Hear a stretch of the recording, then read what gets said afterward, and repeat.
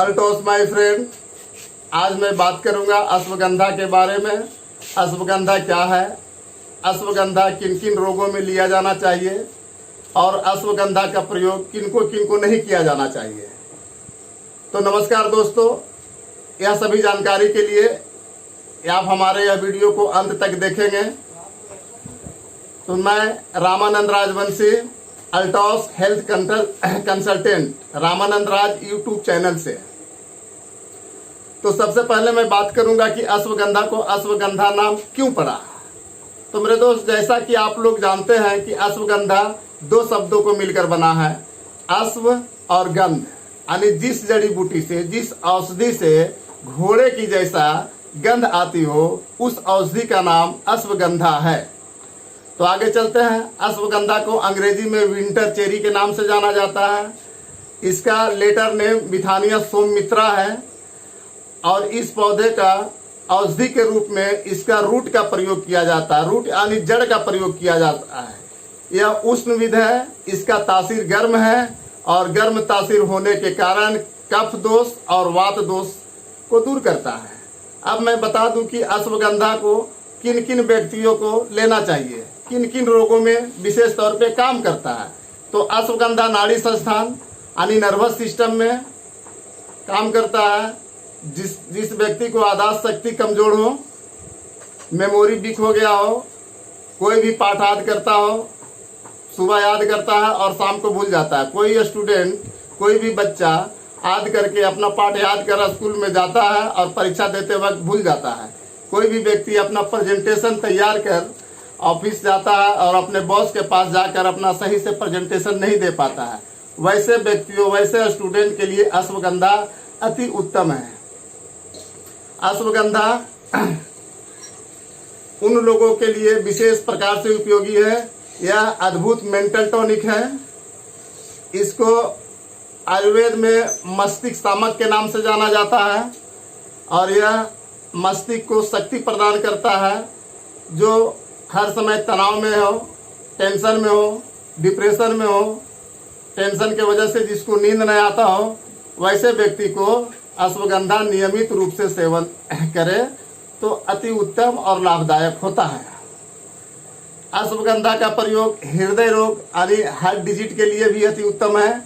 Ashwagandha HDL cholesterol को बढ़ाता है, जिसके वजह से हमारे हृदय के अंदर रक्त वाहिनियों में गुड कोलेस्ट्रॉल को बढ़ाने से हमारे रक्त वाहिनियों का प्रवाह तेज होता है और LDL कोलेस्ट्रॉल यानी जिसे हम बैड कोलेस्ट्रॉल कहते हैं, इसको कम करता है, जिसके वजह से हमारे हृदय के रक्त वाहिनियों में होने वाली ब्लॉकेज की संख्या कम जाता है।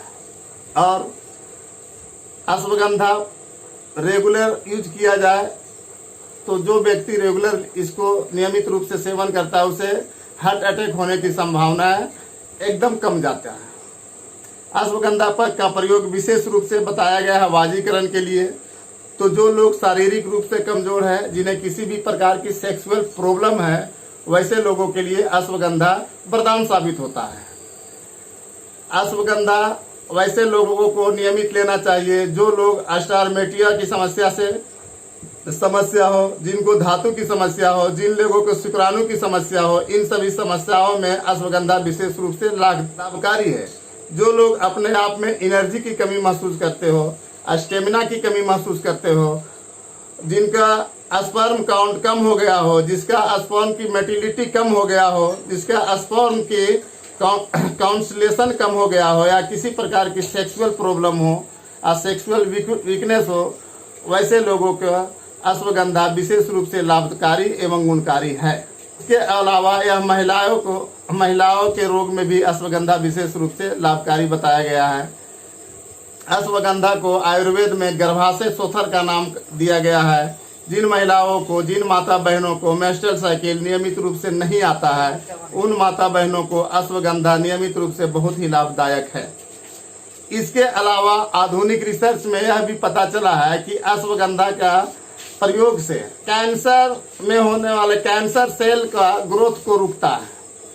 अश्वगंधा का नियमित प्रयोग कैंसर सेल के ग्रोथ को रोकता है। जो व्यक्ति कीमोथेरेपी करा रहे हैं कीमोथेरेपी करा लिए हैं, वैसे लोगों को अश्वगंधा का नियमित उपयोग से कैंसर की संभावनाएं एकदम कम हो जाती है। मैं आपको बता दूं कि अश्वगंधा किन किन लोगों का प्रयोग नहीं किया जाना चाहिए। तो अश्वगंधा वैसे महिलाएं जो गर्भ धारण की है, या वैसे माता बहनों जो गर्भ से है, उनको अश्वगंधा का प्रयोग नहीं करना चाहिए। और जो माता बहनें अपने बच्चों को स्तनपान दुग्धपान कराती है, उन माता बहनों को भी अश्वगंधा का वर्जित है। तो अब आप कहेंगे माय डियर फ्रेंड कि अश्वगंधा तो बाजार में बहुत सा मिलता है, तो मैं अल्टॉस का ही अश्वगंधा क्यों लूँ?